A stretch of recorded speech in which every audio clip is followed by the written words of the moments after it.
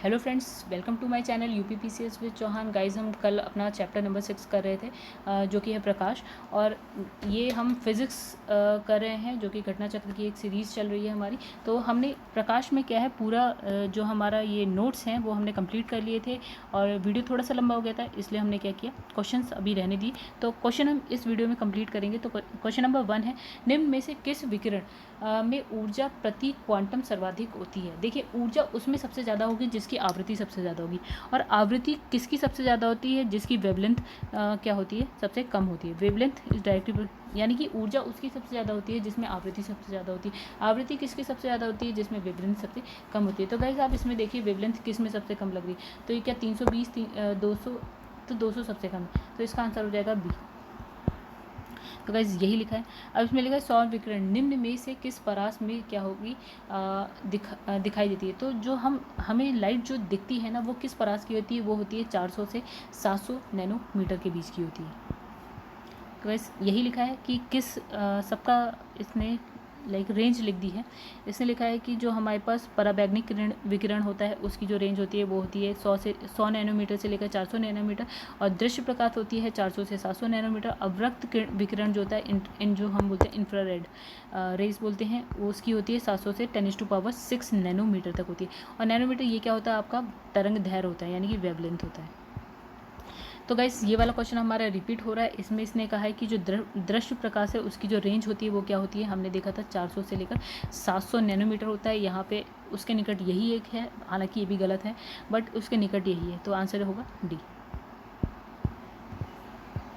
तो गाइस, इससे ये हो गया, ये वही है लेकिन है 400 से 700 नैनोमीटर होनी चाहिए। तो मानव आँख जो है दृश्य प्रकाश के किस तरंगदैर्घ्य के लिए क्या है, सर्वाधिक सुग्राही होती है। मतलब आप कौन सी सबसे ज़्यादा सुग्राही कौन सी होती है? तो देखिए गाइस, इसमें हमें वेवलेंथ की वैल्यू दे रखी है, लैम्डा की वैल्यू देखिए।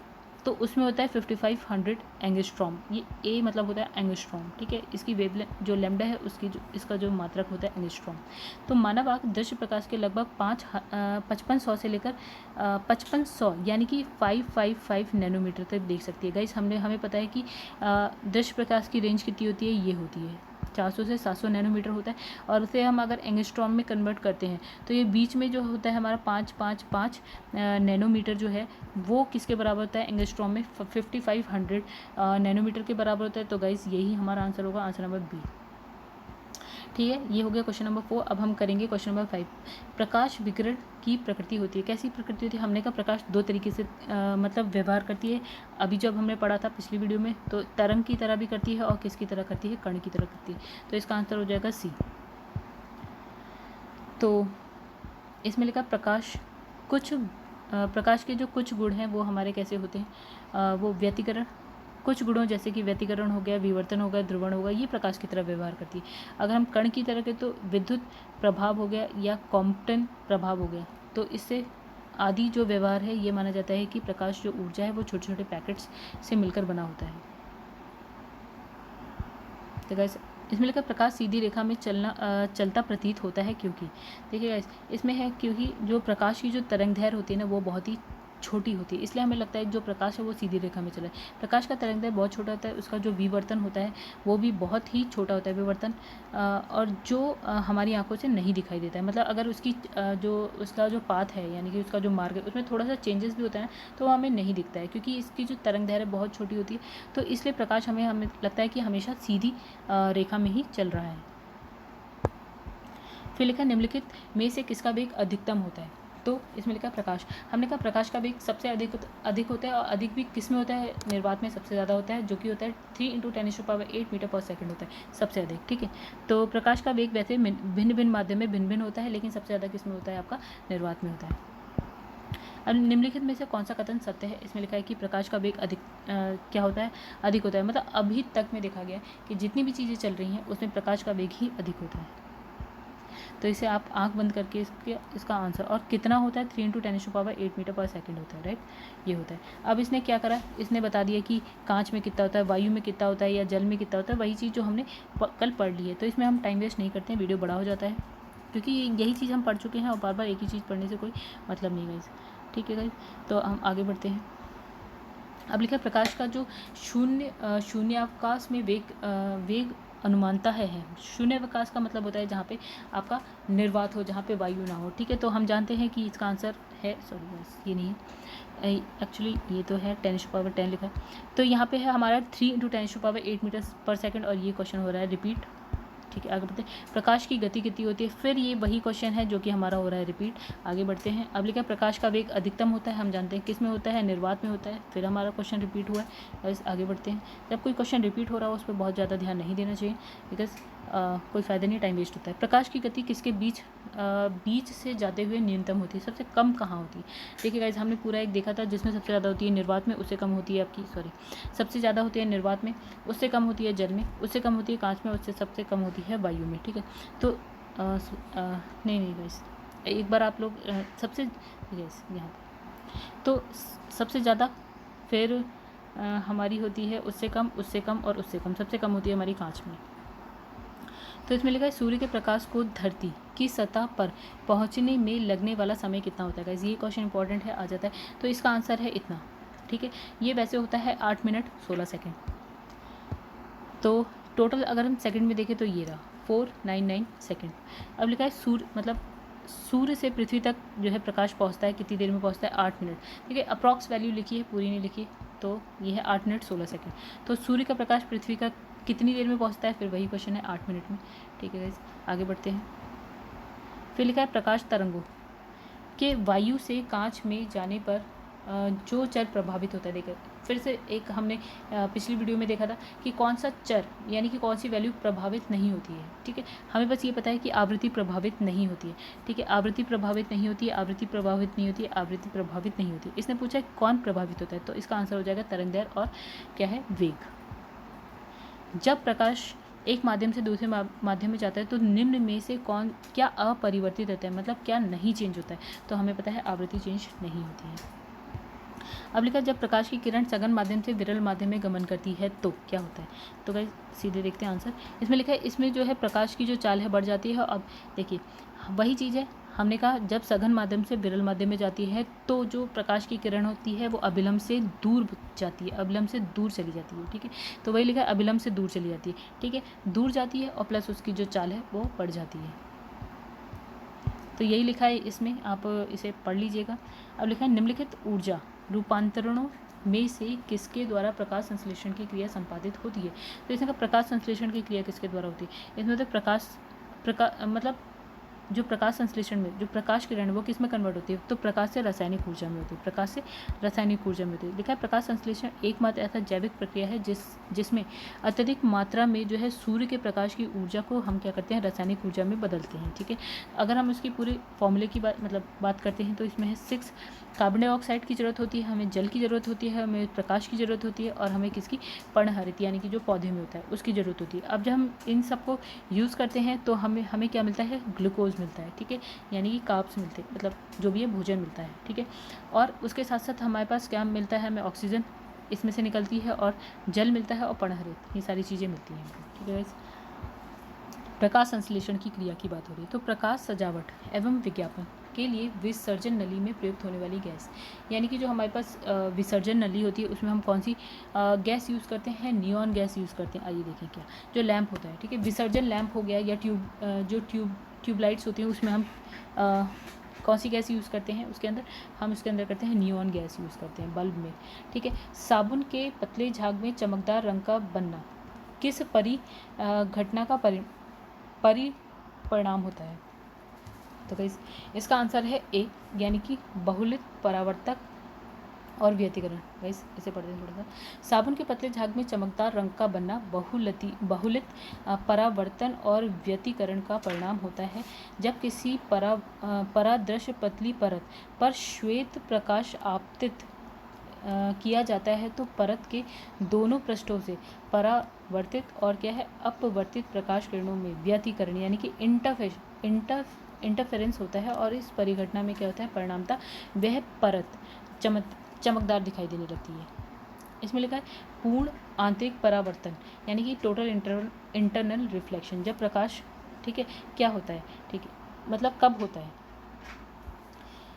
जब प्रकाश जाता है, ठीक है, जब प्रकाश जाता है। इसमें लिखा है हीरे से कांच में, ठीक है। आइए देखते हैं क्या, जब प्रकाश क्या है सघन माध्यम से विरल माध्यम में जाता है। अब इसमें जो सघन माध्यम है वो है आपका हीरा और विरल माध्यम में वो है आपका कांच। ठीक है, सघन माध्यम मतलब इसकी जो घनत्व होगा अधिक होगा और कांच का घनत्व होगा कम। तो जब सघन माध्यम से विरल माध्यम में जाता है तो क्या होता है, जो हमारा टोटल इंटरनल रिफ्लेक्शन होता है, यानी कि वो दूसरे माध्यम में जाने की जगह क्या होता है कि वापस से उसी माध्यम में टकरा कर वापस उसी माध्यम में चला जाता है। ठीक है, तो इसमें लिखा है सघन माध्यम से विरल माध्यम में प्रवेश करती है तो आपतन कोण के क्रांतिक कोण से अधिक हो जाने पर क्या होता है, आपतित किरण सघन माध्यम में वापस लौट जाती है और जिसे हम बोलते हैं टोटल इंटरनल रिफ्लेक्शन। और गाइस ये आपको तब समझ में आएगा जब आप मेरी पिछली वीडियो देखेंगे, उसमें अच्छे से एक्सप्लेन किया गया है। ठीक है, अब है प्रकाश तंतु यानी कि ऑप्टिकल फाइबर किस सिद्धांत पर काम करता है, हमें इसका सिद्धांत बताना है। तो ये वही है टोटल इंटरनल रिफ्लेक्शन, यानी कि जब प्रकाश इस तरह से जाती है बाहर ना निकल के ऐसे ऐसे क्या है ट्रेवल करने लगती है।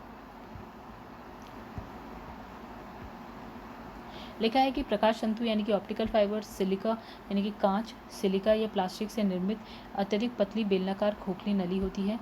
ठीक है, नलिकाएं होती हैं जो प्रकाश के पूर्ण आंतरिक परावर्तन के सिद्धांत पर कार्य करती है। इसमें प्रकाश ऊर्जा का किसी प्रकार का क्षय नहीं होता है।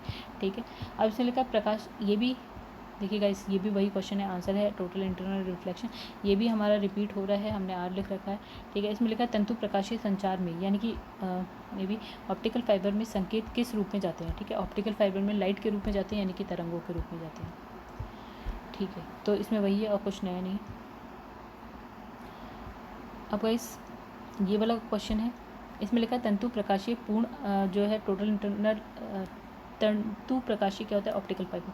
तो क्या ये टोटल इंटरनल रिफ्लेक्शन के सिद्धांत पर कार्य करता है, बिल्कुल सही है। इसमें प्रकाशीय तंतु संचार तंत्र में ऊर्जा उपभोग क्या होता है, अधिक बहुत ही कम होता है, बिल्कुल सही है। इसमें अगर ऑप्टिकल फाइबर में बात करते हैं और वैसे और केबल में बात करें तो इसमें जो है आपका जो ऊर्जा का उपभोग है वो बहुत ही कम होता है। अब इसका जो ऑप्टिकल फाइबर है उसमें संचार रेडियो आवृत्ति क्या होते हैं, अवरोधक, मतलब इसमें क्या होता है जो भी सिग्नल आपके नॉर्मली एटमॉस्फेयर में होते हैं उसके अवरोधक यानी कि वो और जो प्रकाश किरण है दोनों में क्या होता है इंटरफेरेंस नहीं होता है। ठीक है, यानी कि वो उसे अवरोधित नहीं करती है। ठीक है, यानी कि ये भी सही, ये भी सही, ये भी सही।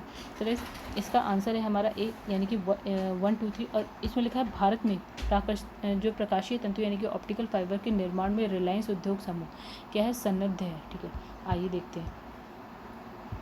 तो बस ये देखते हैं कि वर्ष 2000 में स्टारलाइन कंपनी समूह द्वारा जो है भारत में प्रकाशीय तंतु का निर्माण प्रारंभ किया गया था, ना कि रिलायंस। किसने किया था, तो वो वाला क्वेश्चन वो लास्ट है जो ऑप्शन 4 है वो गलत होगा, कि उसमें लिखा है रिलायंस बट है क्या स्टारलाइन कंपनी समूह द्वारा।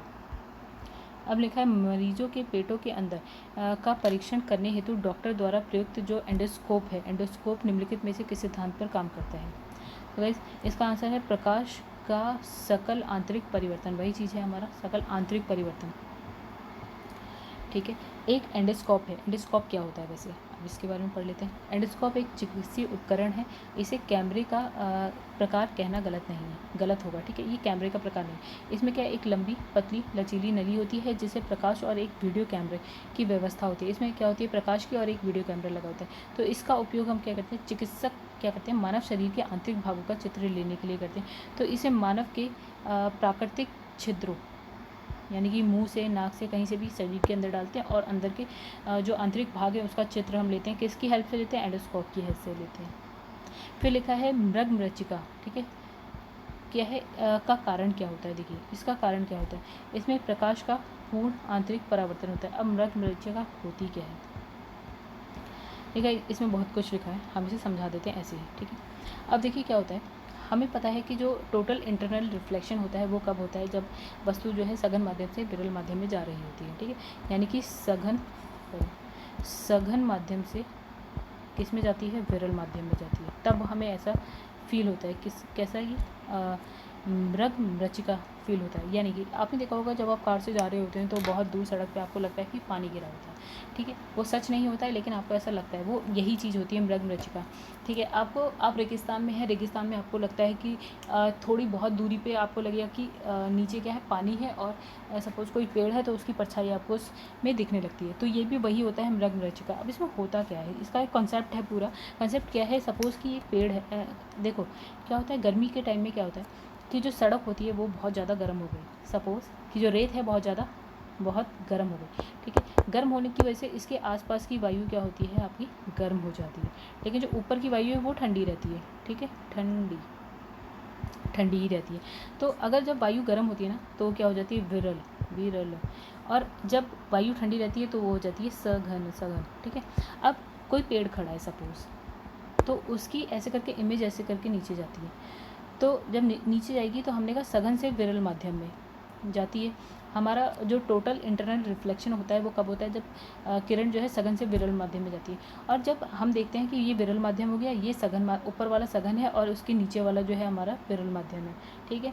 तो क्या होगा कि ऐसे गई और टकरा के वापस से, सपोज़ कि आप यहाँ खड़े हैं तो आपको टकरा के वापस ऐसे दिखेगी, मतलब आपको इस पेड़ की जो इमेज है वो ऐसे टकरा के दिखेगी। तो आपको लगेगा यहाँ पे कोई चमकीली चीज़ रखी है, चमकीली यानी कि या तो हो सकता है पानी हो या हो सकता है शीशा हो, कुछ ऐसा रखा हुआ है। इसलिए आपको क्या है, बहुत दूर से देखने पे क्या होता है, सड़क पे पानी दिखाई देने लगता है, कुछ चमकीला चमकीला सा, और उसमें कुछ परछाई दिखाने, मतलब आपको लगता है यार किसी चीज़ की परछाई दिख रही है। वही आपका क्या होता है, मृग मृचिका होता है, और यही आपको रेगिस्तान में भी दिखाई देता है। गाइस तो ये जो है ना, आप अगर इसे पढ़ेंगे तो ये वही चीज़ लिखी हुई है, इसमें ज़्यादा इसमें पढ़ने की ज़रूरत नहीं है। फिर वही लिखा है कि मृग मृचिका जो होती है उदाहरण है, किसका उदाहरण होता है, ये टोटल इंटरनल, ये क्या होता है, कुल यानी कि पूर्ण आंतरिक परावर्तन यानी कि टोटल इंटरनल रिफ्लेक्शन का ही एक उदाहरण होता है। ये भी सेम क्वेश्चन है, देखिए मैंने आर लिख रखा है, तो आर मैंने उसी क्वेश्चन पे लिखा है जो बार बार रिपीट हो रहा है। अब इसमें लिखा है कि निम्नलिखित प्राकृतिक तथ्यों पर विचार कीजिए। लिखा है स्थलीय तापन, प्रकाश, परावर्तन, प्रकाश, ठीक है, विचार कीजिए। और इसने कहा मृग मृचिका में क्या क्या होता है, ठीक है। तो मृग मृचिका में हमें एक तो पता है कि परावर्तन तो होता है, प्रकाश का परावर्तन होता है, ठीक है। नहीं सॉरी, मृग मृचिका बनती है, किसके कारण मृग मृचिका बनती है, तो देखिए एक तो होता है कि वहाँ पे गर्मी होनी चाहिए, तापन, ठीक है, स्थलीय तापन यानी कि जो ज़मीन है वो आपकी गर्म होनी चाहिए, एक। और दूसरा किस चीज़ की वजह से बनती है, टोटल इंटरनल रिफ्लेक्शन होता है, ये सिद्धांत होता है, लेकिन ये क्या, जो किरण यहाँ से नीचे जानी चाहिए, जाने की वजह क्या होती है, ऊपर चली जाती है। तो इसका आंसर है गाइस 1 और सिर्फ ये दोनों है, ठीक है गाइस। और ये आप इसे एक बार पढ़ लीजिएगा, देखिएगा इसे पढ़िएगा, आपको बिल्कुल समझ में आ जाएगा, ठीक है। अब यहाँ पे लिखा है एक कटा हुआ हीरा क्यों जगमगाता है, तो इसमें भी वही चीज़ होती है, क्या, टोटल इंटरनल रिफ्लेक्शन। सपोज़ कि दरार है, ठीक है, तो जो भी ये दरार के बीच में जो है लाइट कुछ जो दरार होती है, ठीक है, तो लाइट कुछ इस तरह से ट्रेवल करने लगती है, ठीक है, बाहर नहीं निकलती है अपने में ही, मतलब शीशे में ही उस दरार में क्या होता है, सपोज़ कि ये दरार बन गई है बीच में, ठीक है, ये भी पूरा कांच है, ये भी पूरा कांच है, ठीक है। अब यहाँ पे क्या होती है, दरार बन जाती है, तो इस तरह से, तो ये जो दरार के अंदर जो होता है यहाँ पे, ठीक है, ये हो गया आपका सघन माध्यम, ये हो गया आपका विरल माध्यम, तो यहीं पे लाइट इस तरह से ट्रेवल करती है और हमें चमकती हुई दिखाई देने लगती है। तो गाइज यही चीज़ इसमें लिखी हुई है। तो इसमें लिखा, देखिए पढ़ते हैं, हीरे का अपवर्तनांक जो होता है बहुत अधिक होता है, ठीक है, तो इसकी जो कटाई या जो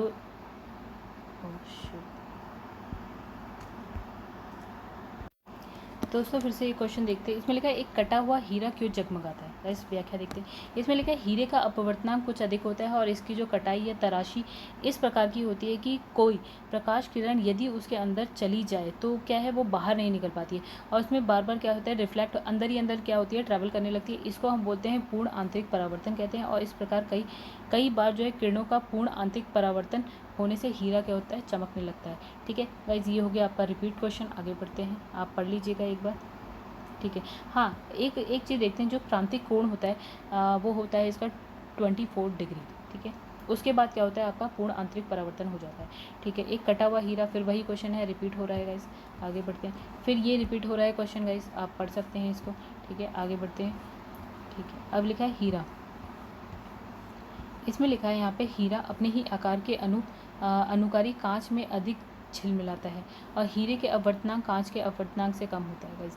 चलिए आइए इसकी व्याख्या देखते हैं। इसमें लिखा है हीरे की झिलमिलाहट अधिक अपवर्तनांक यानी कि इसका जो म्यू है वो है 2.42 के कारण होता है, मतलब झिलमिलाहट क्योंकि इसका म्यू इतना है।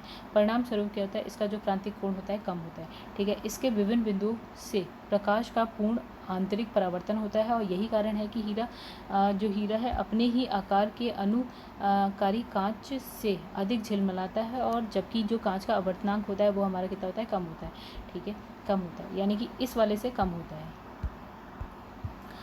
फिर गाइस इसमें लिखा है किसी वस्तु के जो 3 डायमेंशनल प्रतिरूप है, ठीक है, प्रतिरूप को अंकित तथा पुनरावृत्ति करने की तकनीक का नाम है। इसमें लिखा है होलोग्राफी वह तकनीक है जिससे लेज़र किरणों द्वारा की गई फोटोग्राफी से किसी वस्तु के त्रिआयामी यानी कि 3D चित्र जो है बनाया जा सकता है। होलोग्राफी ध्वनि प्रकाश किसी भी तरंग के साथ कार्य कर सकती है। होलोग्राफी का बहुधा उपयोग जो है अभिलेख को संचित करने और माइक्रोफिल्म में किया जाता है। इसका उपयोग करके वास्तविक त्रिआयामी चलचित्र यानी कि जो वीडियो बनती है उसको भी तैयार किया जाता है। फिर वही क्वेश्चन है गाइस जो है हमारा, इसका आंसर है होलोग्राफी, ठीक है।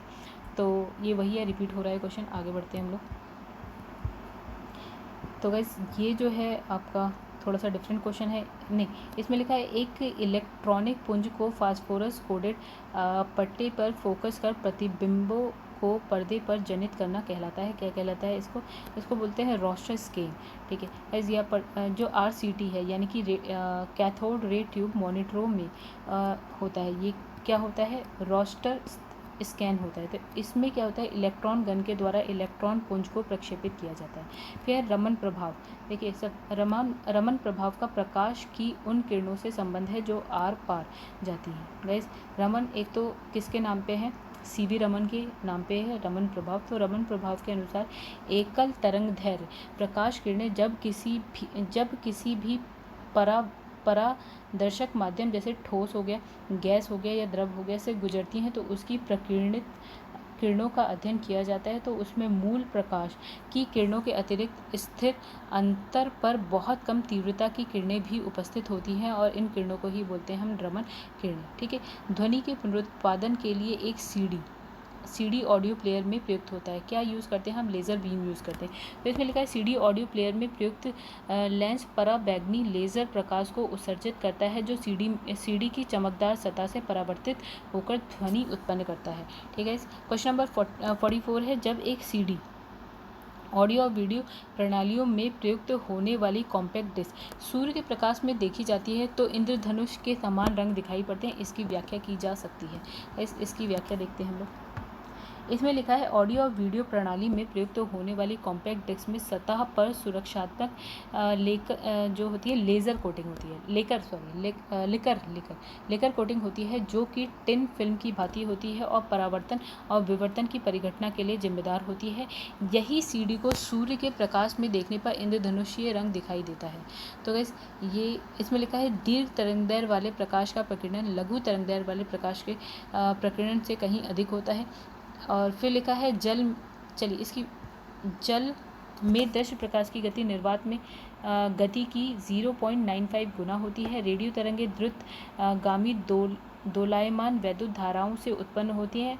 फोर्थ है अति चालक वाहनों का पता लगाने के लिए पुलिस डॉपलर के परावर्तित लघु रेडियो तरंग प्रभाव का उपयोग करती है। इसकी व्याख्या देखते हैं। इसमें लिखा है कि चूंकि प्रकीर्णन या विचलन ये जो है डेल्टा n-1 × a, गाइस ये आप खुद पढ़ लीजिएगा। एक तो ये क्वेश्चन है IAS का, अगर आप इसको स्किप भी कर देते हैं तो इतना फ़र्क नहीं पड़ेगा। तो लिखा है इसमें एक चलचित्र यानी कि जो एक वीडियो बनती है हमारी, तो एक चलचित्र या मूवी फिल्म होती है में पूरी फिल्म में एक सिरे से दूसरे सिरे तक सामान्यतः 24 फ्रेम प्रति सेकंड प्रक्षेपित किए जाते हैं, पहला। और दूसरा इसमें लिखा है कि आँख की रेटिना पर निर्मित प्रतिबिंब जो है उद्दीपक हटाने के बाद 0.1 सेकंड तक बना रहता है, ठीक है। तो इसका आंसर है C यानी कि जो आपका A है वो सही है और जो R है वो गलत है। आइए देखते हैं क्या है ये। तो लिखा है इसमें A सही है जबकि जो R गलत है, क्योंकि आँख की रेटिना पर क्या है निर्मित जो प्रतिबिंब है वो 16 सेकंड तक बना रहता है, ठीक है। और इसमें लिखा है 0.1 सेकंड, राइट। क्या लिखा है इसमें हमने, इसमें लिखा है 0.1 सेकंड, ठीक है। और इसमें है 24 फ्रेम, बिल्कुल सही है, प्रति सेकंड। फिर आते हैं आगे। इसमें लिखा है दूरदर्शन के संकेत एक निश्चित दूरी के बाद नहीं दिखते, बिकॉज क्या होता है पृथ्वी की सतह जो है वक्राकार होती है, मतलब सीधी तो नहीं होती, वक्राकार होती है। तो होने के कारण क्या होता है कि दूरदर्शन के संकेत एक निश्चित दूरी के बाद नहीं मिलते, क्योंकि जो सिग्नल है पृथ्वी की सतह से ना टकरा कर आगे बढ़ जाते हैं। मतलब ये क्या, सिग्नल कुछ ऐसे, सपोज़ आपका घर यहाँ पे, ठीक है, तो सपोज़ कि आपका घर यहाँ है और सिग्नल ऐसे जाएगा और ऐसे चला जाएगा तो आप तक नहीं पहुँचेगा। तो लिखा है दूरदर्शन प्रसारण में क्षय संकेतों का प्रेषण करने के लिए उपयुक्त जो तकनीक है हम उसको क्या कहते हैं। तो इसका आंसर है मतलब जो भी हम सिग्नल जो जा रहे हैं वो किसकी आवृत्ति मॉड्यूलेशन की वजह से, ठीक है। इसमें लिखा है श्रव्य संकेतकों के प्रेषण हेतु हम किसकी यूज़ करते हैं, फ्रीक्वेंसी मॉड्यूलेशन तकनीक का प्रयोग करते हैं। और इस तकनीक से जो प्रसारण संकेत है किसी भी प्रकार से शोर और विकृति से मुक्त रहते हैं, मतलब ना नॉइज़ होती है उसमें ना विकृति होती है उसमें, ठीक है, अगर हम ये कर देते हैं तो। इसमें लिखा है रेटिना पर जो चित्र बनता है, ठीक है। तो रेटिना पर जो चित्र बनता है वो हमारा क्या होता है, छोटा होता है एक और उल्टा होता है, ठीक है। जो आँखों की रेटिना पर जो बनता है वो छोटा होता है और उल्टा होता है। तो रेटिना पर वस्तु का जो प्रतिबिंब है उल्टा होता है, छोटा होता है, वास्तविक होता है। यानी कि अगर जो चीज़ उल्टी होती है वो हमेशा वास्तविक होती है और जो चीज़ सीधी होती है वो आभासी होती है। जो चित्र हमारा सीधा बनेगा वो आभासी होगा।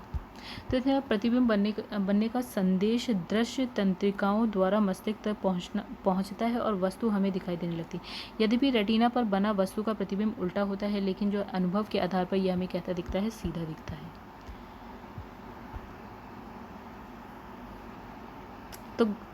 तो गाइज़ एक्चुअली क्या है, वीडियो सच में लंबी होती जा रही है। एक्चुअली इसमें क्वेश्चंस बहुत हैं, इनफैक्ट 150 क्वेश्चन के आसपास हैं। तो गाइज़ हम यहीं पे रोकते हैं, तो नेक्स्ट वीडियो में मिलते हैं बाकी क्वेश्चंस के साथ। तो गाइज़ अगर आपको मेरी वीडियो पसंद आ रही तो प्लीज़ इसे लाइक करिए, और अगर लाइक करिए और प्लीज़ मेरे चैनल को सब्सक्राइब करिए और जितना हो सके उतना शेयर करिए। Thank you friends.